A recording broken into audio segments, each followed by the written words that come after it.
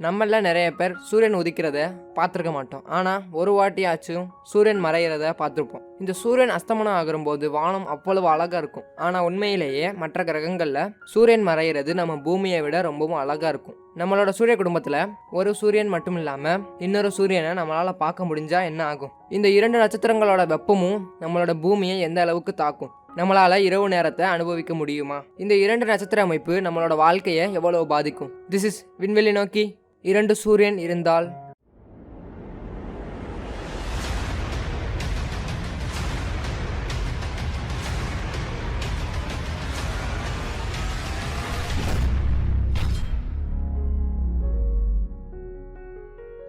நிறைய நட்சத்திர அமைப்புகள் ஒரே ஒரு நட்சத்திரத்தை மட்டும் சுற்றி வர்றதில்ல. அதுக்கு மாறா 2 அல்லது 3 நட்சத்திரங்களை கூட சுற்றி வருது. ஒரு சில விஞ்ஞானிகள் நம்மளோட சூரியனுக்கு கூட இன்னொரு சூரியன் ஒரு துணையா இருந்துச்சு அப்படின்னு சொல்றாங்க. பூமி ஒரு சூரியனுக்கு பதிலாக 2 சூரியன்களை வச்சிருந்தா நம்மளால இந்த பூமியில உயிர் வாழ முடியுமா? முடியும். ஆனா ஒரு சில நிபந்தனைகள் இருக்கு.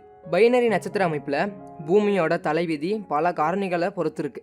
பூமியோட சுற்றுப்பாதை அன்ஸ்டேபிளா இருக்க நிறைய வாய்ப்புகள் இருக்கு. இந்த சூரியன்ல ஒரு சூரியன் பெருசாகவும் ரொம்பவும் பிரகாசமாக இருந்து அது நம்மளோட பூமி மீது வலுவான ஈர்ப்பு தாக்கத்தை ஏற்படுத்துச்சுன்னா அந்த சூரியன் நம்மளோட பூமியை அதை நோக்கி இழுக்க ஆரம்பிக்கும். மறுபுறம் நட்சத்திரங்களோட ஈர்ப்பு சக்தி போதுமானதா இல்லைன்னா நம்மளோட பூமி விண்வெளியில பறக்க ஆரம்பிச்சிடும். அதாவது பூமி சுத்துறதுக்கு எந்த நட்சத்திரமும் இல்லாததால பூமி தனியா இந்த பிரபஞ்சத்துல பயணம் செய்ய ஆரம்பிக்கும். ஒருவேளை பூமியோட சுற்றுப்பாதை நிலையா இருக்கு அப்படின்னு வச்சுப்போம். இந்த 2 சூரியன்கள்ல ஏதாவது ஒரு சூரியனை சுத்தினா மட்டும்தான் இது சாத்தியமாகும். ஆனா இது கிரகத்துல வாழ்றதுக்கு அவ்வளவு நல்லதா இருக்காது. ஏன்னா சில சமயங்கள்ல இந்த 2 நட்சத்திரங்களையும் பூமியோட 2 பக்கங்கள் பார்க்க வேண்டிய நிலை ஏற்படும். அந்த சமயம் நம்ம பூமியில இரவு நேரங்கள் இருக்காது. அது மட்டும் இல்லாம இந்த 2 சூரியன் இப்ப இருக்கிறத விட 2 மடங்கு அதிகமா புற ஊதா கதிர்வீச்சையும் சோலார் விண்ட் அப்படின்னு சொல்லப்படுற சூரிய காற்றையும் கொண்டு வரும். நீங்க எவ்வளவு காஸ்ட்லியான சன்ஸ்கிரீன் போட்டாலும் இந்த 2 சூரியன் கிட்ட இருந்து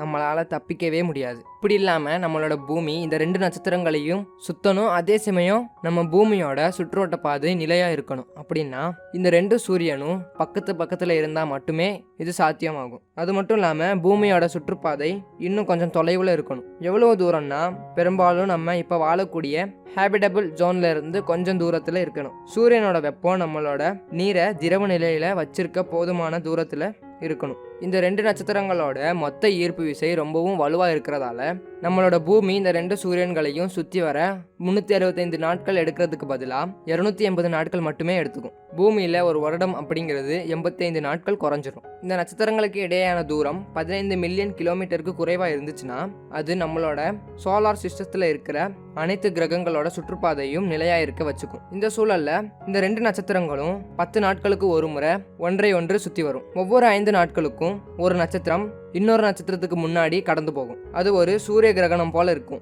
ஆனா இங்க ஒரு சின்ன சேஞ்ச் என்னன்னா நம்மளோட சந்திரன் சூரியனை தடுக்கிறதுக்கு பதிலா ஒரு நட்சத்திரம் இன்னொரு நட்சத்திரத்தை தடுக்கும். பொதுவா சூரிய கிரகணம் மேக்சிமம் 7.5 நிமிடங்கள் நடக்கும். ஆனா இந்த கிரகணம் சுமார் 6 மணி நேரத்துக்கு நீடிக்குமா.